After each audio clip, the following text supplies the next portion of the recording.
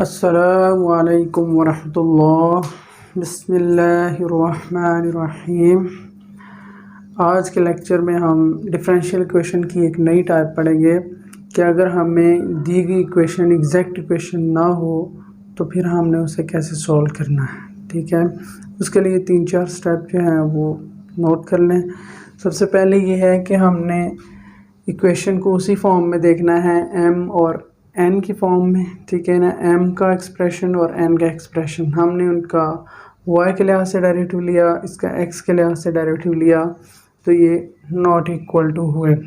अगर ये इक्वल होते तो एग्जैक्ट इक्वेशन थी, जब ये इक्वल नहीं हुए तो ये एग्जैक्ट नहीं है। फिर हमने इंटीग्रेटिंग फैक्टर फाइंड करने के लिए क्या करना है, y से मुराद पार्शियल डेरिवेटिव है with respect to y, my minus nx over n। ये हमारे पास सॉल्यूशन के बाद जो वैल्यू आनी चाहिए वो सिर्फ और सिर्फ x का ही फंक्शन होना चाहिए, उसमें y इन्वॉल्व नहीं होना चाहिए। ठीक है, अगर ये प्योरली p ऑफ x बन जाती है तो फिर इंटीग्रेटिंग फैक्टर होगा e to raise power integral p of x dx। लेकिन अगर ये प्योरली x की वैल्यू नहीं आती, इसमें y आ जाता है, तो फिर हमने इस स्टेप को यूज़ करना है, nx minus my over m लेना है, और ये हमारे पास प्योरली y की वैल्यू आनी चाहिए, इसमें कहीं भी x नहीं होना चाहिए। अगर ऐसा होता है तो फिर हमारा इंटीग्रेटिव फैक्टर होगा e की power integral p of y dy। ठीक हो गया।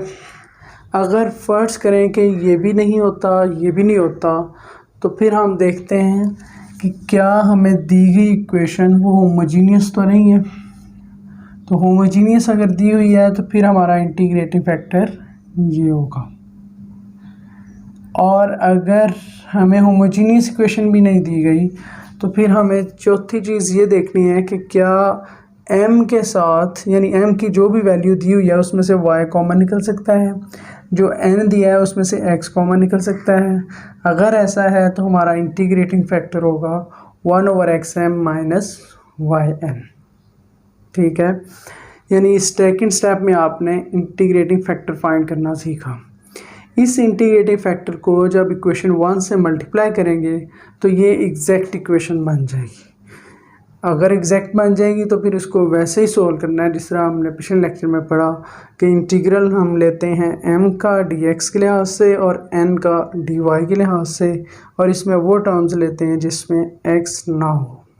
अब एक और चीज़ देखें कि होमोजीनियस का हम पीछे भी एक मेथड पढ़ चुके हैं, y इक्वल टू vx। ठीक है, तो मैं तो यही प्रेफर करूँगा कि आप जब भी होमोजीनियस इक्वेशन आए तो उसी मेथड को यूज़ करें कि y इक्वल टू vx का जो मेथड था सब्स्टिट्यूशन का, उसी से हमने क्वेश्चंस करने हैं। ठीक है, और इस पूरे लेक्चर में, आज के लेक्चर में हमारा फोकस होगा इन दो के ऊपर और या फिर इसके ऊपर। ये क्वेश्चन है, question number 3, x square plus x minus y d x plus x d y equal to 0। इसको हमने क्वेश्चन 1 कह दिया। ये हमारा m है, ये n है, डेरिवेटिव लिए वो इक्वल नहीं है, सो ये एग्जैक्ट इक्वेशन नहीं है। एग्जैक्ट नहीं है तो हमने पहला रूल पढ़ा था कि my में से nx को माइनस करना है, यानी इसमें से इसको माइनस करना है और डिवाइड करना है n के ऊपर, और ये प्योरली x होनी चाहिए वैल्यू, x की वैल्यू है। इंटीग्रेटिंग फैक्टर ये फार्मूला हमने पढ़ा 1 ओवर एक्स स्क्वायर बन गया। इस 1 ओवर एक्स स्क्वायर को इस इक्वेशन 1 से मल्टीप्लाई करेंगे तो ये एग्जैक्ट इक्वेशन बन जाएगी। और एग्जैक्ट इक्वेशन को जिस तरह से इंटीग्रेट करते हैं वैसे हमने इंटीग्रेशन करनी है। और इसमें एक चीज़ का ख्याल रहे कि यहाँ पे चूँकि x वाली टर्म है, y की टर्म है ही नहीं, तो ये 0 होगा। बिल्कुल सिमिलर क्वेश्चन ये है, ये m है, ये हमारा n है, ये बराबर नहीं है, एग्जैक्ट इक्वेशन नहीं है, सो इसको हमने यूज़ किया, प्योरली x की वैल्यू आ गई, यानी कांस्टेंट वैल्यू है, इट्स मीन कि नॉट एफ y की वैल्यू नहीं है। सो ये बन गया, इसको हमने मल्टीप्लाई किया और देन हमने इसकी इंटीग्रेशन की। एक्स स्क्वायर प्लस 2x और वाई स्क्वायर की पावर x dx, इसमें भी x इन्वॉल्व हो रहा है तो ये टर्म नहीं है, 0, और इसकी इंटीग्रेशन हमने की। इसी तरह क्वेश्चन नंबर 14, dx को उधर मल्टीप्लाई किया, इसको पहले वो फॉर्म बना ली m और n वाली, इसमें m ये है, n हमारे पास -1 है, डेरिवेटिव लिया और इसमें ये फर्स्ट रूल यूज़ किया और वहाँ से हमने इसका सॉल्यूशन फाइंड कर लिया। अगर हमें ये क्वेश्चन दी गई है x y square plus y d x minus x d y equal to 0, तो ये हमारा m है, ये n है, इसका y के लिहाज से डेरिवेटिव, इसका x के लिहाज से डेरिवेटिव। अगर हम इस जैसे इसको माइनस करते हैं और इस पे डिवाइड करते हैं तो हमारे पास x और y की मिक्स इक्वेशन मिलती हैं, अकेले x की इक्वेशन नहीं मिलती। सो हम क्या करते हैं, n x में से m y को माइनस करते हैं और m पे डिवाइड करते हैं, फिर इसको सिंप्लीफाई करते हैं तो हमारे पास प्योरली y की वैल्यू मिल जाएगी।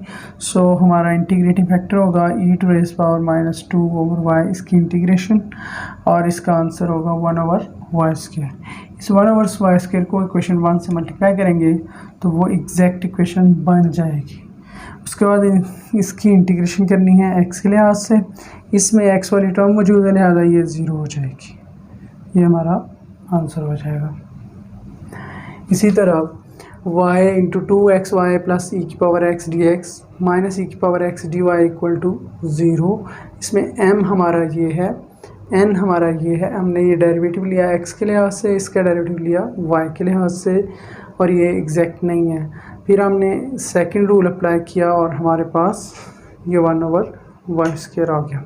उसी तरह से तो 1/y² को मल्टीप्लाई करेंगे इस इक्वेशन से तो y² इससे कैंसिल हो जाएगा, अकेला 2x बचेगा, इसके नीचे y² आ जाएगा, इसके नीचे भी y² आ जाएगा। अब इसमें भी x वाली टर्म है लिहाजा यहाँ पे 0 आ जाएगा, बाकी इंटीग्रेशन हो जाएगी।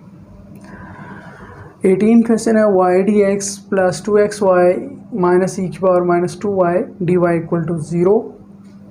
m हमारा y है, n हमारा ये है, इसका डेरिवेटिव 1, इसका डेरिवेटिव 2y और ये इक्वल नहीं है, सो एग्जैक्ट इक्वेशन नहीं है। तो nx minus my second rule को अप्लाई किया, हमारे पास प्योरली y की वैल्यू बन गई। इसकी इंटीग्रेशन करने के बाद ये हमारे पास सिंप्लीफिकेशन के बाद बन गया e⁻2y ओवर y। इधर तो जो करें e⁻2y इंटू e⁻−log⁡y है तो ये माइनस इसकी पावर में चला जाएगा और log e से कैंसिल होगा, ये फॉर्म बन जाएगी। इस फॉर्म को इस क्वेश्चन 1 से मल्टीप्लाई करेंगे तो ये एग्जैक्ट इक्वेशन बन जाएगी और फिर हम इसका सॉल्यूशन फाइंड कर लें। होमोजीनियस इक्वेशंस अगर दी हों तो उसके लिए आप हमारा होमोजीनियस वाला लेक्चर देख सकते हैं, उसका लिंक आपको नीचे कमेंट्स में मिल जाएगा। तो आखिरी टाइप जो है उसको हम देखते हैं कि अगर हमारे पास ऐसी डिफरेंशियल इक्वेशन हो कि उसमें फर्स्ट जो m है उसमें से y कॉमन निकल सकता हो और जो n है उसमें से x कॉमन निकल सकता हो, तो फिर हमने इंटीग्रेटिंग फैक्टर लेना होता है 1/xm माइनस yn। तो हमने xm माइनस yn पहले फाइंड कर लेना है, यानी इसको x से मल्टीप्लाई किया माइनस इसको y से मल्टीप्लाई किया और देन हमने इसमें से इसको माइनस कर दिया और ये नॉन ज़ीरो होना चाहिए। उसके बाद हमने इंटीग्रेटिंग फैक्टर फाइंड कर लिया, इसको इक्वेशन 1 से मल्टीप्लाई करेंगे तो ये एग्जैक्ट इक्वेशन बन जाएगी।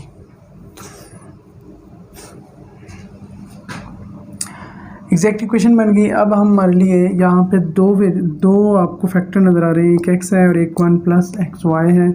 इट्स मीन हम इसकी पार्शियल फ्रैक्शन कर सकते हैं। इसकी पार्शियल फ्रैक्शन करें तो हमारे पास दो फैक्टर अलग से बन जाएंगे, 3/x और y/1 प्लस xy। इसी तरह इसमें भी हम अगर पार्शियल फ्रैक्शन करते हैं तो हमारे पास दो फैक्टर बन जाएंगे। अब हमने इंटीग्रेशन करनी है इसकी, तो सारी की सारी इंटीग्रेशन होगी। इसमें हमने वो टर्म लेनी है जिसमें x ना हो, तो वो सिर्फ 2/y है। इसकी इंटीग्रेशन 3 log x प्लस, आप ज़रा देखें 1 प्लस xy, तो y एज ए कांस्टेंट इसके साथ मल्टीप्लाई हो रहा है तो इसका डेरिवेटिव y बनता है, वो ऊपर मौजूद है। नीचे फंक्शन है, ऊपर उसका डेरिवेटिव है। इंटीग्रेशन होगी log of 1 plus xy plus 2 log of y equal to c कि x dy plus y dx equal to x² plus y² into dx। ये हमें इक्वेशन दी गई है तो हमने इसको इस पे डिवाइड कर दिया तो ये एक पर्टिकुलर डिफरेंशियल बन गया tan inverse x over y का। अगर हम इसका डेरिवेटिव लें तो ये 1/1 प्लस ये सारा सोल्व करें तो यही चीज़ बन जाएगी इसका डिफरेंशियल। ठीक है, सो ये फॉर्म बनाने के बाद हमने इसकी इंटीग्रेशन करनी है और इसका सॉल्यूशन फाइंड कर लेना है। आज का लेक्चर बहुत इंटरेस्टिंग था कि अगर हमें दी गई इक्वेशन एग्जैक्ट इक्वेशन ना हो तो फिर हम इंटीग्रेटिंग फैक्टर की मदद से उसको एग्जैक्ट इक्वेशन बनाते हैं और फिर उसको उसी तरह सॉल्यूशन फाइंड करते हैं जिस तरह से हम एग्जैक्ट इक्वेशन का सॉल्यूशन फाइंड करते हैं।